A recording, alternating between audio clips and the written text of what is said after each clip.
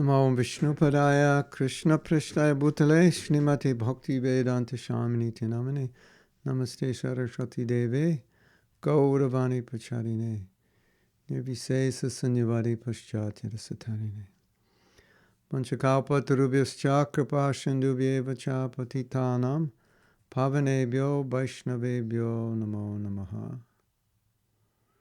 Thank you for inviting me to come to speak on this auspicious occasion of Krishna's appearance. I have decided to speak on a topic which I find very interesting and full of insight into what is love of Krishna.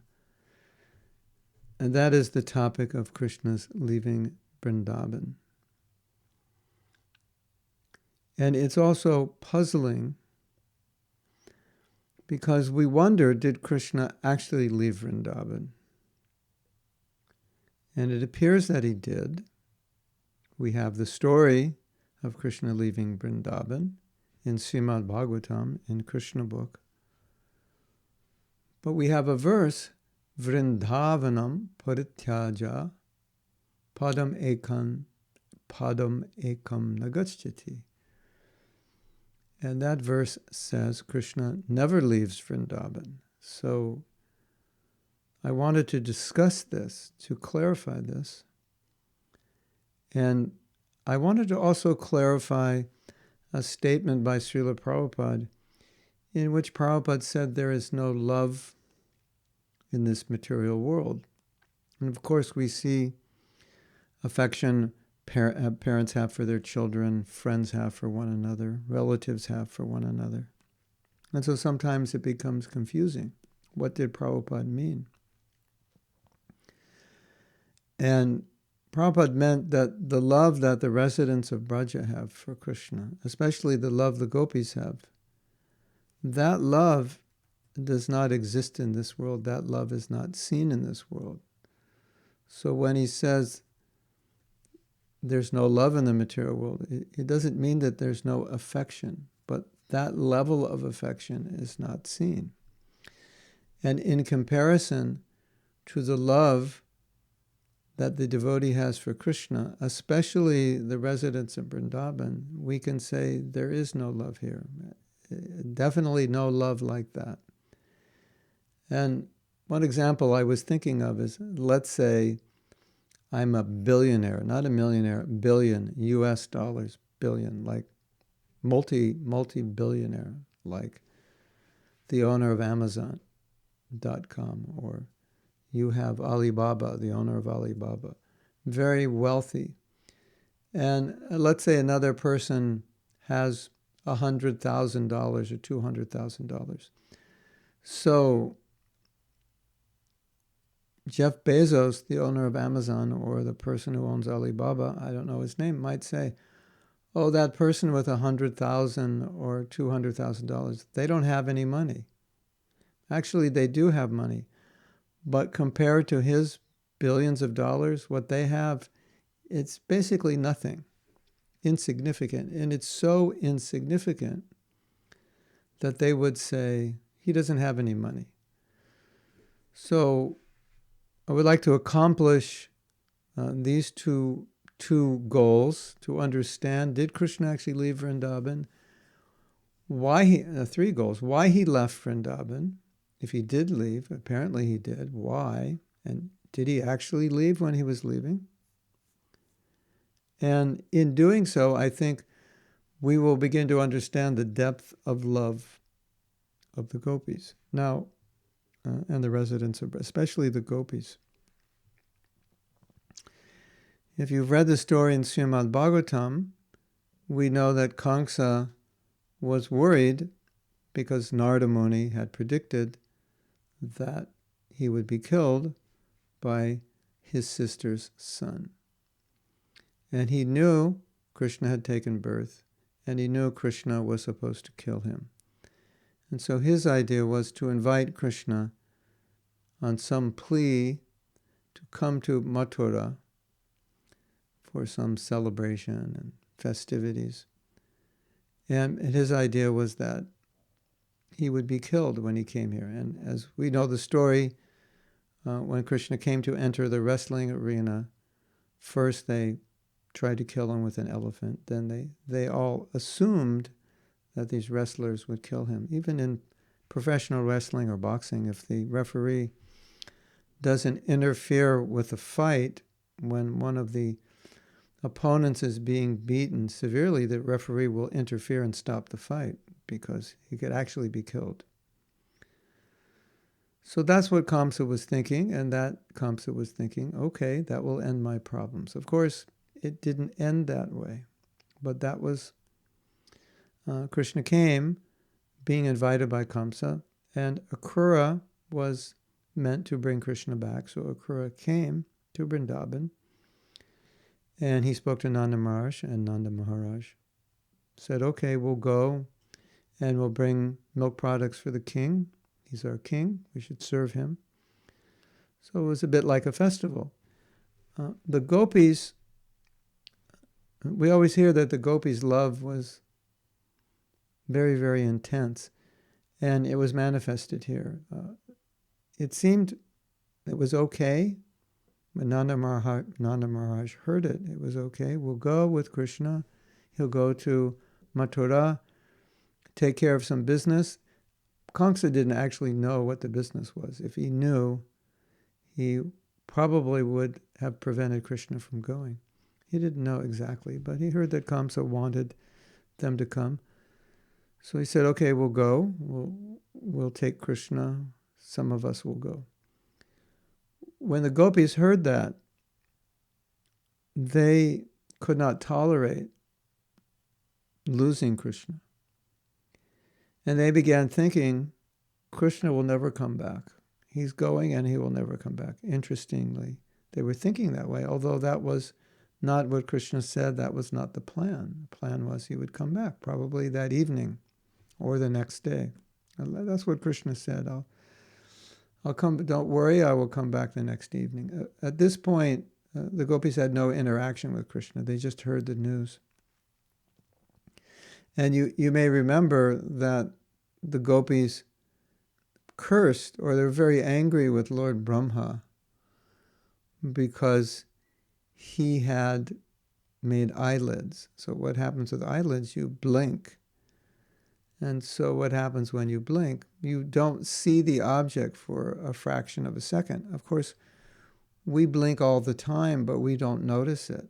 But the gopis were so in love with Krishna, they noticed that blinking. And it upset them for that one split second that they couldn't see Krishna. That's amazing, isn't it? You imagine that upset them, that blinking for a momentary second.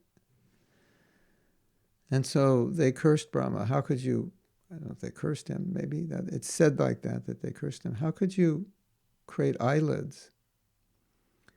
What kind of creator are you? Because for that moment we don't see Krishna. So if one moment was upsetting when their eyes blinked, and you could imagine how they felt when they heard that Krishna was going to Vrndaban. We often hear when the gopis are in anxiety, their dresses loosen, their hair loosens, their bangles fall off. And we wonder, how is that? Why would anxiety cause your bangles to fall off? Because what happened is, when they got the news that Krishna was going to Vrndaban, they started exhibiting various kinds of bhavas or emotions of prema, of ecstatic love. And one of the emotions was their body actually became thinner. And so their bangles fell off and their saris were falling off. It wasn't like they were shaking their body or something. It was that their bodies actually became thinner. Bhagavatam describes their faces became white, their bodies became thinner. They were exhibiting different symptoms of ecstasy, but externally it just looked like It was called prema tapa, the heat of love, the pain of love. So externally, it looked very, very painful. So Bhagavatam describes the pain they were experiencing, just incredibly intense pain. And they went to the house of Nanda Maharaj. They wanted to stop Krishna from going. They were complaining to the Creator, how can you do this? You bring friends together, you separate them. I was just totally mad. Totally mad. They couldn't tolerate it. And so when we say there's no love in this world, we can tolerate blinking if we don't see our child for a moment. Or our child goes to school. Now, often it's a relief. We're raising that child, and after 5 years they go to school. And say, oh, now I'm relieved. I have some time for myself. And Mother Yashoda is not like that. When Krishna went to herd the cows when he was a young boy, when he first started going out, it was intolerable for her. She couldn't bear the separation. And when he was leaving, she would come up to him and say, straighten his clothes and take care, and then he would start to go, and then she would come back, and you have everything you need. And it was going like this. He would take a step, she would go back, and then she'd turn around. She couldn't bear the separation. And so we don't see love like this in this world. And this particular scene, when the gopis found out that Krishna was leaving Vrndaban, was very, very intense. They suffered tremendously. It is even explained that when Akrura was taking Krishna on the chariot, they were throwing themselves in front of the chariot. Of course, with that intensity of love and ecstasy, the gopis the devotees feel that they would rather die, because they're dying anyway. So if they put themselves in front of the chariot and the chariot doesn't go, then they're successful. And if the horses kill them, that's also a relief. So that's a little prelude to the story. These are things that we basically know, we understand, we've read in Prabhupada's books. And I want to go a little deeper now in understanding the mind and heart of Krishna. And this is part of what Krishna consciousness means. And so we naturally question, if this was causing so much pain, especially to the gopis, the residents of Braj, why would Krishna leave? It doesn't make any sense. And so that's what we're going to discuss. And it's quite interesting, because then we begin to understand more deeply how Krishna feels about the residents of Vrndaban. Because if you just read the story externally, it seems like Krishna sort of doesn't care how they feel. Oh, I'm just going, I'll come back. But then he doesn't come back. He says, I'll come back the next day, or I'll come back tonight, or maybe in a week. So he's telling them he's going to come back, and then he gets to Mathura. He kills the elephant, kills the wrestlers, kills all the wrestlers' associates, kills Kamsa, and then you would think business is finished and he would go back. But he doesn't. And we think, how can Krishna be so cruel? And we know Krishna is not cruel, so we wonder, well, why didn't he go back? So this is what we're going to discuss. So, Paritanayo sadhunam vinasaya chaduskritam. We know that Krishna comes to deliver the sadhus and annihilate the miscreants. And so one of the ways he delivers the sadhus is to speak Bhagavad Gita. And probably all of us wouldn't be here if Krishna didn't speak Bhagavad Gita. And if he didn't leave Vrndaban, he wouldn't have spoken Bhagavad Gita. Bhagavad Gita is spoken in a different context, in a different situation. It happened outside of Vrndaban, on the Battle of Kurukshetra. So he had to be in that situation. Of course, Krishna knows all these things. So Krishna knows, yes, I've come to this world to establish dharma. And so I have to go. And I've come to this world, sadhunaya, to protect the sadhus. So his mother, his father, they are there in Mathura. They're being harassed by Kamsa. He needs to go to protect them. He protected the residents of Vrndaban from the attack of so many demons. But he had business in Mathura, and there are reasons. There are other reasons. So there was a demon named Keshi that Krishna killed. He was a horse. Krishna kills a lot of demons just by picking them up and throwing them into something. Just like you would pick up something, light, like here, and just throw it. So that's how he killed them. So Narada Muni comes to Vrndaban after Krishna killed Keshi, and he praises him. He praises him more or less with that verse, Paritranaya sadhunam vinashaya chaduskritam. You've come to deliver the sadhus, and you've come to protect, to give dharma, protect the world. And so he says, you're the creator, maintainer, protector, and annihilator, and you've come to deliver the world from the burden of Mother Earth. And although whenever a devotee meets Krishna, you'll see in the Srimad Bhagavatam, the first thing they do is praise him, and this is one of the ways they praise him. You're the creator, you're the maintainer, you're the annihilator. But actually, Narada Muni wasn't saying these things to praise Krishna. He was reminding Krishna that you've come to this world to remove the burden of the earth. So it's time to leave Vrndaban, because you can't do that here. You have to go to Mathura. There are many demons there. Your parents are in prison. You have to rescue them.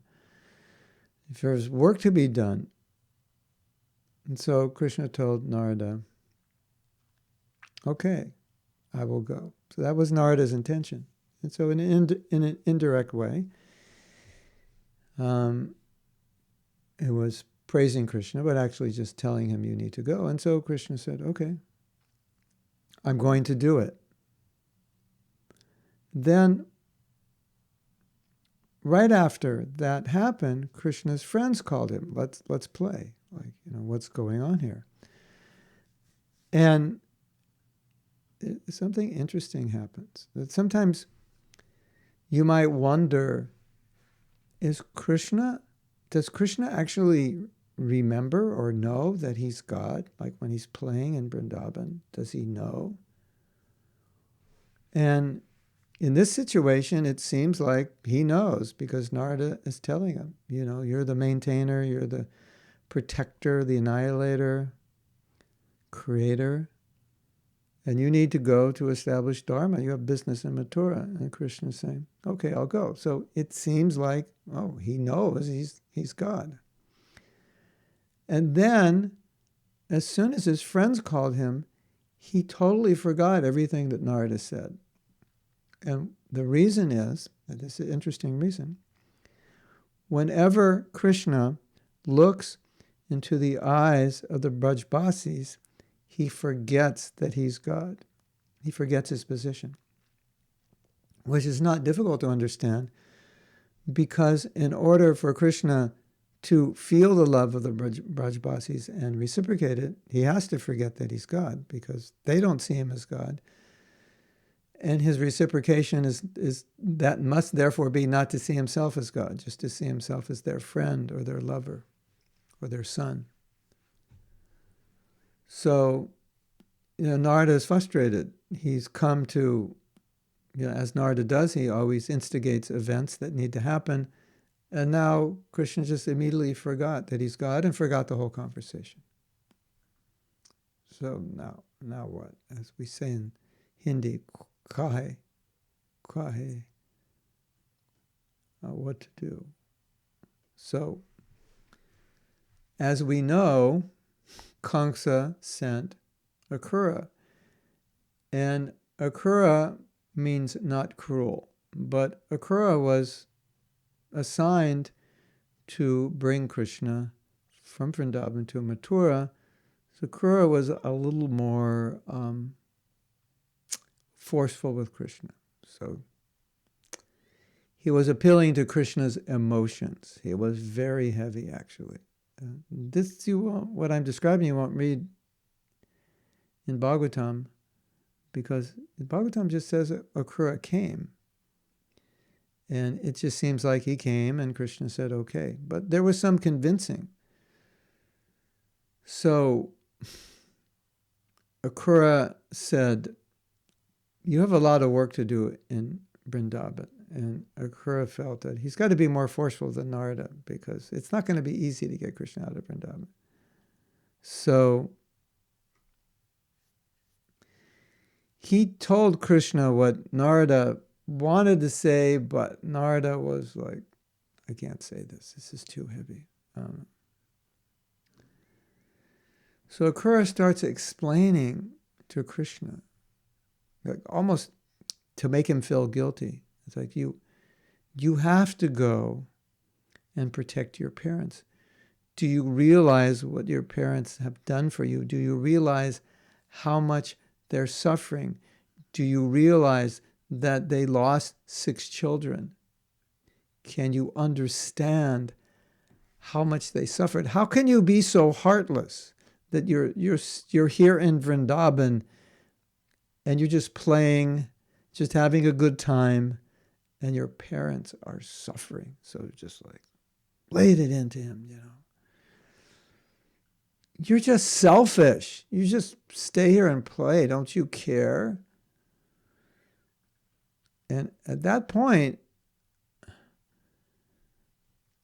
Narada is saying, he's making Krishna feel the pain of his parents. And at that point, Krishna said, okay, I will go.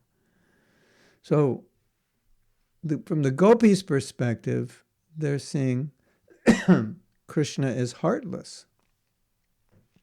Does he have a heart? He's leaving us here. And from Krishna's perspective, he's thinking, I don't have a heart if I don't leave. So, and then also Krishna is thinking, okay, if I go to Mathura, I can fill these purposes. I can kill the wrestlers, kill Kamsa, and I can establish Dharma, and I can protect my parents. So from his perspective, it's all good. From the gopis' perspective, they're thinking, how can he leave? This is cruel. And the gopis are saying, as you probably know, Akrura means not cruel. And he said, no, your name's Krura, not Akrura, because you're cruel, because you're taking Krishna. You're taking our life from us. Now, we cannot imagine the beauty of Krishna. Neither can we imagine the intensity of love that the residents of Braj have for Krishna, especially the gopis. It's beyond our capacity to imagine. All we can do is imagine the greatest love in this world, multiply it 1,000,000 times. And as Prabhupada has said, and I think we can agree, that the most intense love is the love of a mother for her child. So take that love of a mother for her child, and we even in this world say, when we hear that our parents have lost their child, a young child died, perhaps in a car accident, to cancer, or in some other way, we can't imagine the pain that mother's going through. And we say that. I said, I can't imagine. I couldn't wish this on my worst enemy. And that love that the mother has and the father has for that child is insignificant in comparison to the love that the gopis have for Krishna. So if we take that love that mother has for her child and we multiply it millions and millions of times, we could understand maybe a fraction of what that love is. Maybe a fraction. So we consider that to be a fraction. Now could you imagine what the gopis are feeling when Krishna is leaving Vrndaban? It's like their life is being torn out of their body. It's intolerable. So that's how they're feeling. And Krishna now is being forced by Akrura, Narada Muni, and then Akrura. It's like tag team. One is working on them. It's not enough. Krishna ignored, forgot what Narada said now. Akrura comes and says, look, what kind of person are you? Your parents are suffering. They suffered so much for you, and you're sitting here in Vrndaban just playing. This is wrong. Akrura makes Krishna feel bad, and so Krishna says, I will go. Now, one of Krishna's missions, Dharma Samstarpanartaya, as Prabhupada says, of course, that's to establish the teachings of Dharma, and also Vinasaya Chaduskritam, to annihilate the miscreants, or as Prabhupada describes in the Krishna book, to relieve the burden of the earth, in this case of atheistic, demoniac, asuric soldiers. So there's a story, it's interesting, you may not know this. You probably heard the story of Kubja. Kubja was a hunchback. Hunchback means her back was hunched over, not very attractive. And she invited Krishna to her home for a date. She had a lot of lust for Krishna, not pure love. Krishna gave her love. But what's interesting is that Kubja is actually an incarnation of the earth. And Kubja was bent over. Why? Because she was burdened by these sinful kings. And so when Krishna straightened her, he was removing the burden of the world and telling her and telling us, don't worry, I will remove the sins of this world. So there's the battle of Kurukshetra. They were all killed. And there were further battles in which they were killed, battles with Jarasandha and his armies. And so this was a foreshadowing. By straightening Kubja's back, I will relieve you, Mother Earth, of this burden.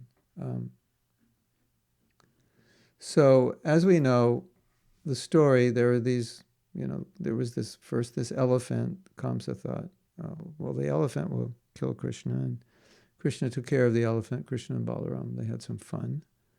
Actually, when Kamsa invited Krishna, Akrura told him, he's actually inviting you to kill you.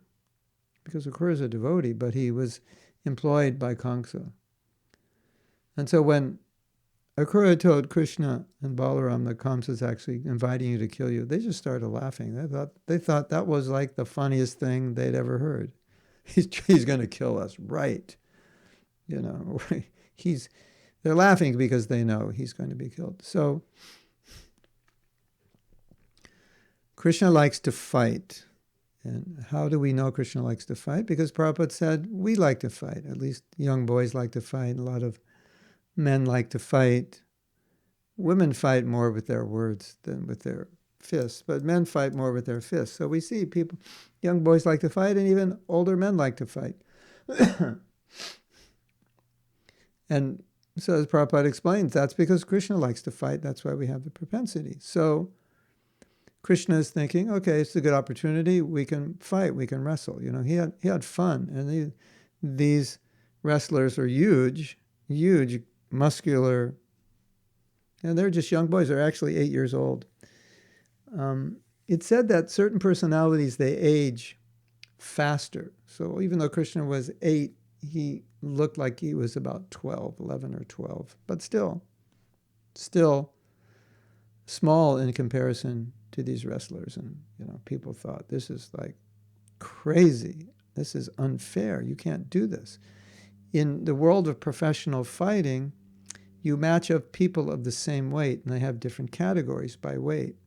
Lightweight, welterweight, middleweight, heavyweight, and they weigh you before the fight, and you have to be in that weight bracket. So you would never have big wrestlers fighting young wrestlers. You would never have children fighting adults. You don't have women fighting men. So people in the audience are saying, this is like unfair. And as we know, often when Krishna fights, he plays with the person he's fighting because he enjoys it. But it seems like he might be losing. He gives that impression. But it gives encouragement to the person he's fighting that maybe I could win, but he's just playing with him. And then when he decides at that point to actually fight and stop playing, then he kills them. There's nothing they can do. They're fighting the Supreme Personality of Godhead, and there's some professional fighters that also fight that way. They play with their opponent, and they tire out their opponent. When they see their opponent's tired, they say, okay, now we're going to actually fight. So Krishna did that with Hiranyakashipu. He just plays with him. So he did that, and then he killed the wrestlers, and they had so many friends that, or was it Kamsa had associates. And they were, this is not fair. And so they started attacking Krishna and Balaram, but Krishna and Balaram killed them. And so now it's time to take care of Kamsa. So Krishna just goes up to where Kamsa is sitting, just goes right up, pulls him off his throne, and boom, boom, boom, just punches him. There's a kind of martial arts. It's called, what is it? MMM. It's you box, you kick. I forget what it stands for. I was going to say multimedia martial arts. Well, it means, there's different ways. Maybe I think it must be a Chinese art. So it's some kind of, it's like karate, but you can punch. And that's kind of what Krishna was doing. He just pulls them off. But they do that in martial arts. You get the person down on the ground and you just punch them. Get on top of them and punch them. So that's what he did. But of course, when Krishna punches, it's not like he has to keep punching you to injure you. Ordinary person has to do that. He just needs one punch. That's all. We see in many pastimes of Krishna, just like one punch, it's finished. So he decides, how many punches he wants to deliver. So sometimes when I read that story, I think, well, it would have been nice to be there and see that. Kind of exciting, to watch Krishna wrestle, if you like. Mixed martial arts, that's what it's called. If you like mixed martial arts, you would like to see Krishna fighting those wrestlers. If you like wrestling, that would be exciting. Anyway, according to Kshatriya codes, if you kill a king, you're supposed to become the king. But so Krishna was thinking, okay, I'm supposed to become the king, but if I become the king, I can't go back to Vrndaban, because once I have my duties here, I have to stay here. I can't go to Vrndaban and work from home like we're doing now during COVID. I have to be in Mathura. So Krishna thought, well, this is a bad plan. So I will put Ugrasena on the throne, and he'll be the king of Mathura. So that's what he did. And so Krishna thought, okay. So Kamsa is dead. My parents are now out of jail. The people of Mathura are now free. The people of Mathura were very, very happy now that Krishna did this. Everybody was happy. So Krishna thought, okay, so now I'm going back to Vrndaban. But there was a problem. Jarasandha actually wanted to take over Mathura.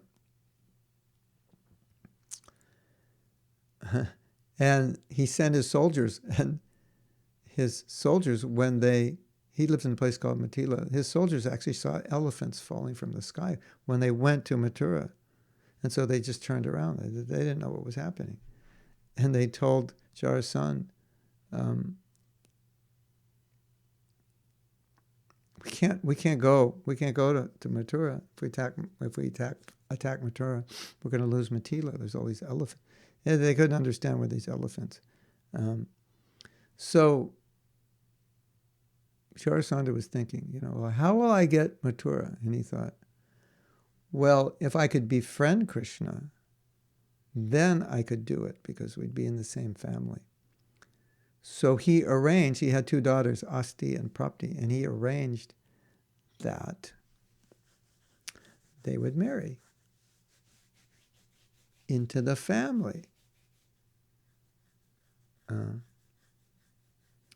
So he arranged that Kamsa would marry them. So he was thinking, if I make, not friends with Krishna, if I make friends with Kamsa, then I'll be able to be part of the family, and then I can do my mischief. So he offered his daughters, and Kamsa accepted. And so then what happened was, this is necessary info for the story. So then what happened was, Jarasandha had friends, these really demoniac kings. Shishupal, you've heard of Shishupal, he lived to kill Krishna. That was his only purpose. Dantavakra, these of course, Jai and Vijay, had come as demons. As I remember, Dantavakra was one of them. And Kalyavana, so you had Jarasandha teaming up with Kamsa, Shishupal, Dantavakra, and Kalyavana. And they all had these huge armies, so they thought, well,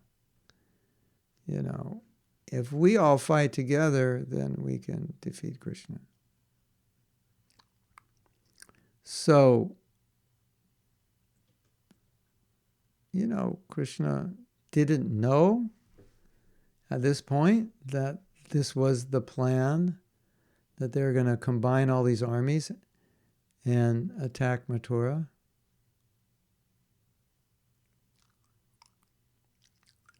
So Krishna playing the part of this simple coward boy he doesn't know, and so the way it's described is like Krishna's soft and sweet. He just plays a flute. He's like a blue lotus, like a blue jewel. So he doesn't, he's just a coward boy, and he's in Vrndaban. He's in Mathura. He doesn't understand the plan. So this plan was enacted before Kamsa was killed, but now that he's killed, they're planning to attack Mathura. But Krishna doesn't know this.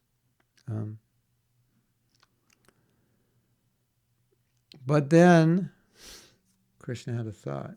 He began to understand what was going on, and then he thought, okay, I can't go back to Vrndaban because these kings are going to come. And if we stay in Vrndaban and support Ugrasena, that will protect the residents of Vrndaban, because then these soldiers won't go beyond Mathura. So I can't go back. If I go back to Vrndaban, these soldiers are going to come to Vrndaban. They'll come after me, because that's part of the plan. So I have to stay in Mathura. I have to stay in Mathura, support Ugrasena. And even not just support him, but just to stay out of Vrndaban, because these soldiers are going to come. And it's also said that Krishna didn't want to go back to Vrndaban because then all these demons who were trying to kill him, they come to Vrndaban, and when these demons come to Vrndaban, they don't just harass Krishna, they harass everybody. So Krishna's thinking, I can't stay in Vrndaban. It's too dangerous and too disturbing for the residents of Braja. But there are forts in Mathura. If we stay here, we have a fighting chance. So now, the residents of Braj are, waiting for Krishna, and he's not coming back. He's got to stay there and protect Mathura, support Ugrasena, and not go back to Vrndaban, so that these forces don't go to Vrndaban, and no demons also come there to disturb the Brajbasis. So the next question to be asked is, well, why didn't the Brajbasis come?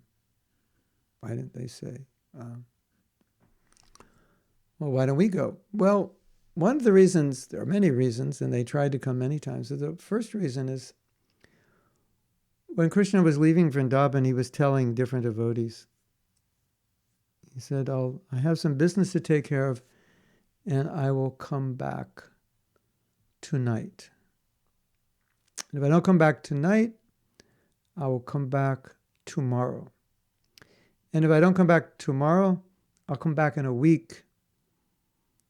And if I don't come back in a week, then I'll come back in a month. It was like going like this, And if I don't come back in a month, maybe I'll come back next year. And so the Brajbasis had this promise, and they thought, well, why should we go and, demand he come back, because he promised he's coming back.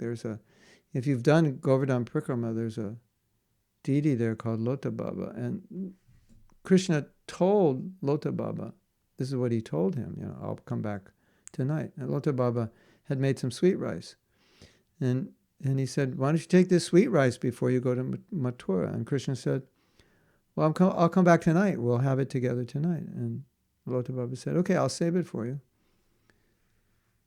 And Krishna said, well, if I don't come back tonight, I'll come back tomorrow. And Lota Baba said, okay, I'll save it. And Krishna said, well, maybe it'll be a week. Lota Baba said, okay. Lota Baba means one who's waiting for Krishna's arrival. And so there's a deity there that said he's still waiting for Krishna to return. He's been waiting 5,500 years. You imagine, if you have that kind of affection and love, you're ready to wait eternally. Right? Like we have this story, Mahaprabhu blessed one devotee. He said, in 1,000,000 lives, you'll get my mercy. And the devotee started dancing. And all the devotees thought it was a curse. And they said, why are you dancing? He said, well, at least I'll get the mercy sometime. So Lota Baba's like, well, at least he'll come back sometime. I'm still waiting. So,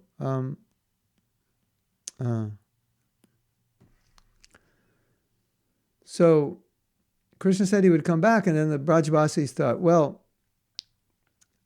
if we go to Mathura and say, Krishna, please come back, Krishna's going to tell them, like, what's wrong with you? I told you I'm coming back. You don't have any faith in me. You don't trust me. And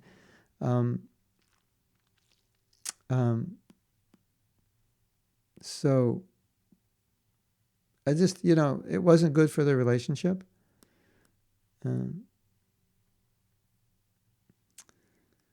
So what there were some Brajbasis there with Krishna. So what Krishna did was he said, he took off all his jewels, everything, not everything, but he took off many things and his ornaments and paraphernalia, put it in a bag, and he said, when you go back to Vrndaban, give the Brajbasis these gifts. And just tell them, I have more business to do here, and hopefully this will pacify them. Turns out that initially didn't work. They were too anxious to see him. So they thought, initially they thought, we don't want to bother Krishna because he's going to think we don't have any faith. We don't trust him. He said he was coming back.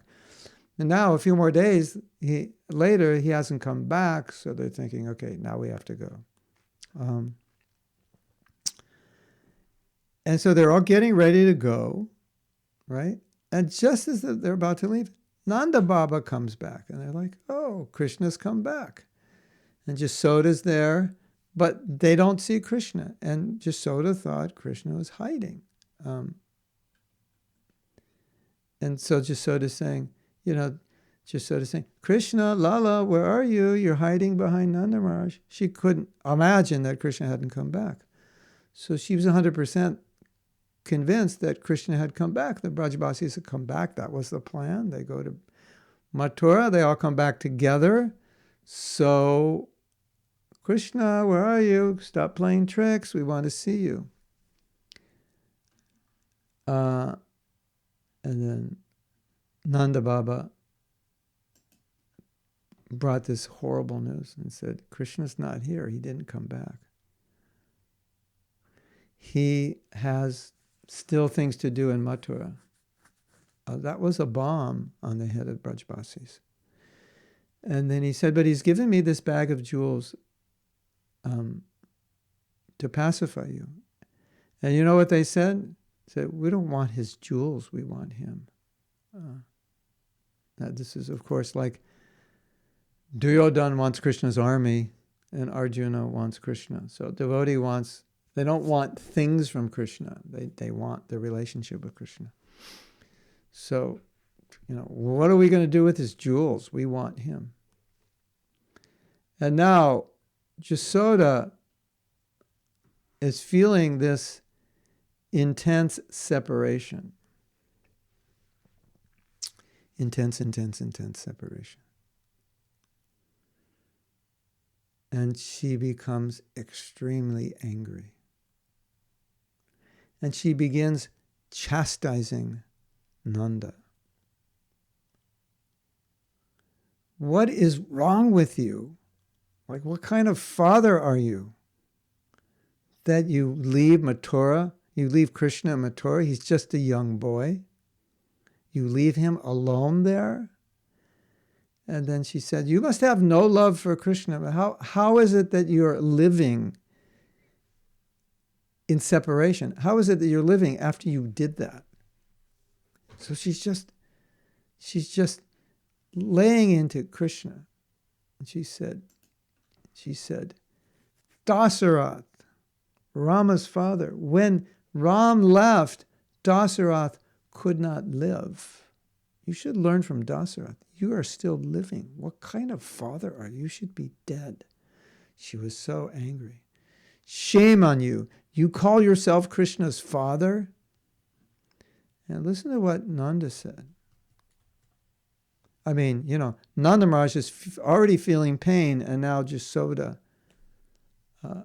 is just putting salt on the wound, as we say. And he said, it's easy to be Dasarath. He said, because Dasarath died only once. But I can't die because I have to be alive when he returns to Vrndaban. But practically speaking, at every moment I'm dying. So it's much worse than Dasarath. Jasoda was so angry. It was an anger of ecstasy. And she said, oh, I know what you did. Krishna had all these jewels. So you probably just found somebody and sold Krishna. And, she sees, no, not like that. She sees all the jewels and says, oh, you sold Krishna, and that's how you got these jewels. That's what you did, right? You sold Krishna to get some jewels to make money. So this was an expression of deep attachment. And she's just telling, she's just like so attached to Krishna as like saying anything. she's chastising Nanda. You know, Mathura, this is his big city. You just became overwhelmed by the possibility of making money there. And could you imagine how Nanda's feeling? He's already feeling separation, and now Jasoda's saying all these things, and Nanda, he's just crying. He's crying. He said, how could you speak like this? And he couldn't pacify Jasoda, and she just fainted.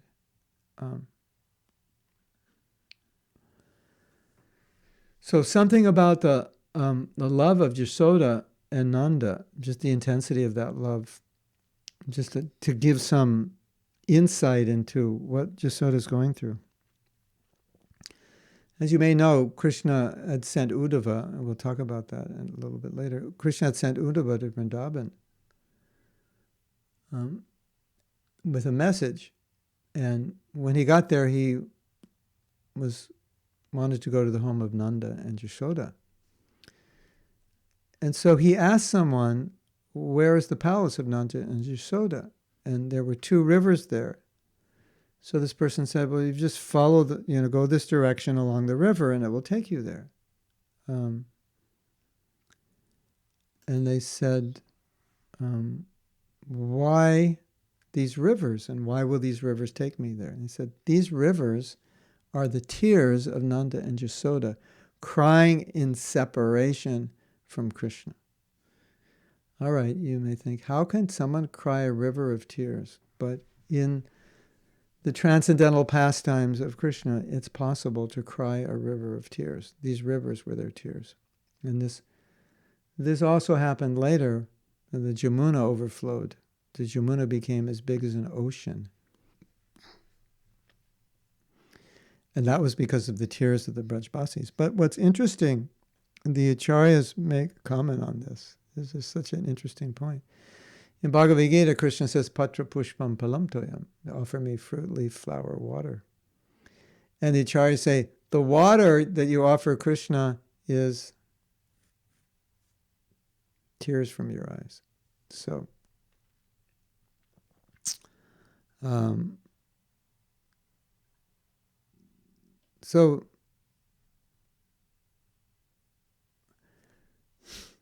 what was Krishna feeling? Krishna was not happy to stay in Mathura, to create all this problem. But there are other reasons he had to stay there. Anyway, the Brajbasis were upset with Nanda. He said, please forgive me. Take these gifts. They said, they couldn't believe that Nanda didn't bring back Krishna. So you know what they said? They said, we can't even look at you. We don't want to see you. Have you ever been in a situation, if a person has done something so bad, you can't even look at them? It's like, how could you do that? And so Nanda fasted for 3 days. He begged forgiveness. So finally they took the gifts and said, look at Krishna wore these things. He wants to give them to you. Finally they were in a state where they could say it. And Nanda was trying to explain that he wanted to stay with Krishna, bring him back when the business was finished, but Krishna had asked him to come. And so that's why he came. So they were somewhat pacified. So now, we have, what I just explained is they were going to go to Vrndaban, and Nanda came back, and so they didn't go. I thought, he brought Krishna. But now, they waited a little bit.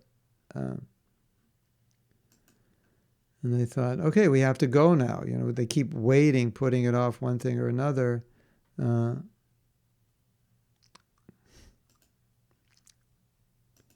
So then they heard something that they didn't like. You see, when Krishna stayed in Mathura, Vasudeva and Devaki told him, he said, actually, you are our son. We gave birth to you. And you've been 8 years in Vrndaban and you never went to school. So we need to send you to Gurukula in a place called Avanti, which I think now is Ujjain. And you need to study under the tutelage of Sandipani Muni. So they studied there for 64 days. By the residents of Vrndaban, they got that news. And so they thought, well, what's the use of going to Mathura? Because now, if we go there, he's not even going to be there. And they were so upset because they thought, Krishna knows everything. Why does he have to go to school? I mean, he knows how to herd cows, and he knows how to play a flute, he knows how to sing. That's basically all he needs to know. So they were so upset. This is such a waste of time. What more does he need to know? We're happy with him the way he is. And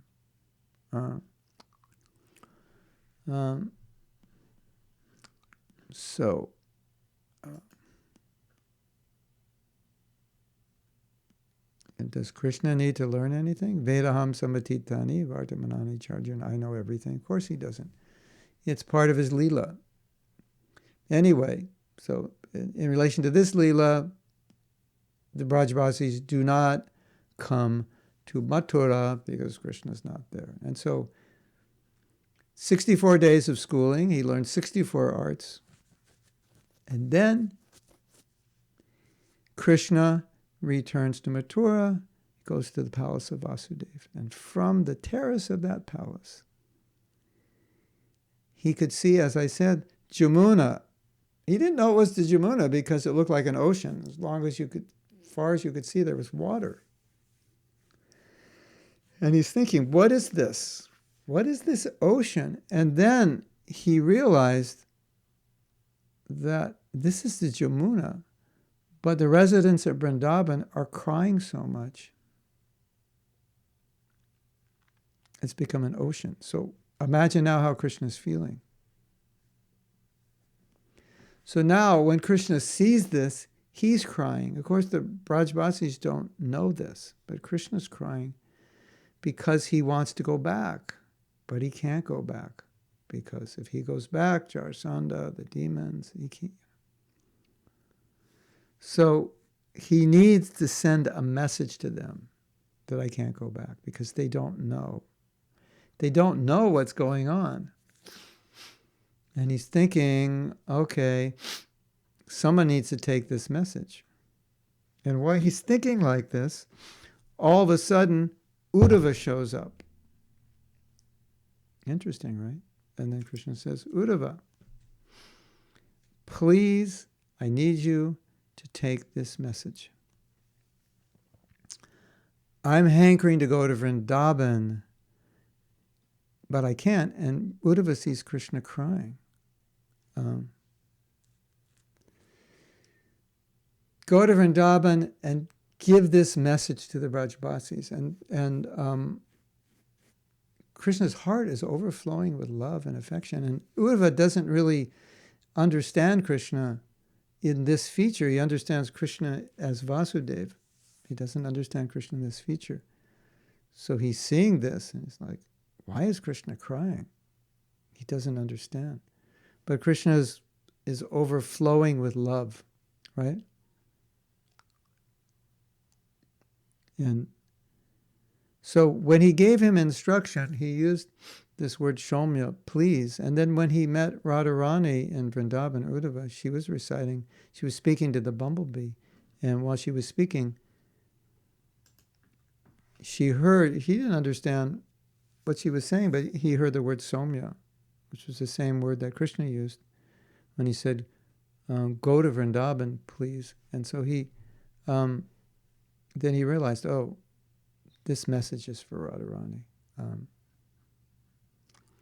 So he was sent with this message to pacify the residents of Braja, and he also he was sent to realize what love was in the mood of the residents of Braj, because he never understood that. And once he went to Vrndaban, then he understood the topmost love of the gopis. You can read about this in Krishna book. He wanted to be a blade of grass. So he was transformed. He said that at least in my next life I can be touched by their feet or by their dust.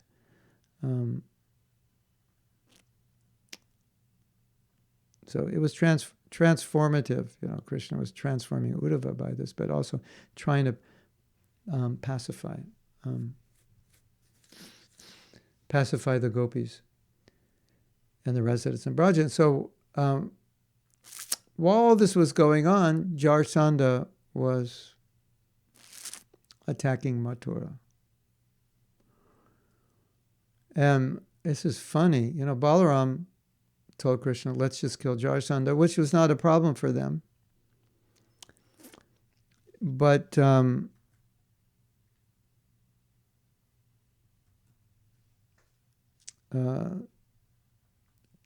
Krishna said, no, we're going to let Jarasandha live and we'll just kill all his armies. Because as long as he lives, he will keep bringing armies and we can keep killing them. That was his plan. And it was kind of like he was playing with him. So now I've gone an hour and I still haven't finished. So I'll have to go fast just to sum it up if you give me a few more minutes. So then what Krishna did is he called Vishwakarma. He said, build a palace in the ocean of Dwarka. And while the residents of Vrndaban were sleeping, Krishna mystically transferred everyone to Dwarka, and they woke up in Dwarka because now they were protected because Jarasandha was coming to Mathura. So I just want to end with like these insights into this question: why did Krishna not go back? That's a big question. And so Krishna felt that the love of the gopis was so great, the love of the residents of Vrndaban was so great that he couldn't pay them back. And he was feeling so embarrassed to be in front of them. It was like if you owe somebody money, you don't want to see them because you're embarrassed. He said, so he felt so embarrassed that I can't pay you back. He didn't want to be in front of them. He didn't want to go back to Vrndaban. And as you know, Krishna told the gopis when he was in Vrndaban, your love is so great I can't pay you. So he's got this guilt over him. How can I go back to Vrndaban? But still, there's this question. We say Krishna has never left Vrndaban. So what does that mean? Well, when Krishna was born, he was born in Mathura, and he was taken to Vrndaban. And that Vasudeva Krishna, that's the form of Krishna as Vishnu. As you know, he appeared with 4 arms. That appeared in Mathura. He was taken to Vrndaban. And as you know, Subhadra was taken back and Krishna was left there. But what actually Jasoda had given birth to Krishna, maybe you've heard this story already being explained by other speakers, or it will be explained, so I just tell a little bit. So Vasudeva, he sees this baby Krishna, and he said, oh, that baby is so beautiful, I want to be close to him.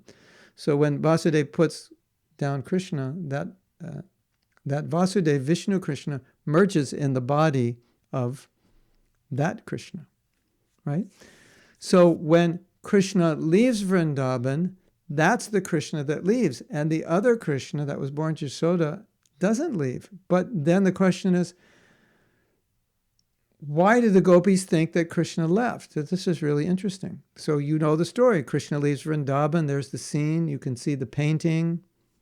But actually it was Vasudeva Krishna that left. But they thought Krishna had actually left. And so they were just crying all the time. And even though Krishna was in front of them saying, no, I never leave Vrndaban, I'm always here, they couldn't see Krishna because they were crying all the time. So even though he's there, they couldn't see him. And then sometimes they would stop crying and they would see him and they would think, we're hallucinating. And another gopi would say, I'm seeing Krishna. And the other gopis would say, you just love Krishna so much that you think you're seeing him, but you're not. So even though he was there, they couldn't see him. Is that amazing? So he never left Vrndaban. Now, Then you might think, well, if he never left Vrndaban and it was Vasudeva who left Vrndaban, why is this Vasudeva always thinking of the residents of Braja? Because he's already there. So interesting. This Vasudeva, because he merged with Krishna and he lived in Vrndaban. Then when he left Vrndaban, because he lived in Vrndaban and he was merged with Krishna, he developed this attachment to the Brajbasi. So even though he's Vishnu, he has the nature of Vrindavan Krishna. So he was always in anxiety about being separated from Krishna. So when we see the gopis are in anxiety, we should understand Krishna is also in anxiety. And I'm sorry I went 5 minutes and a half longer. Try to tell this story. It's an amazing story. Thank you all for listening. Hare Krishna.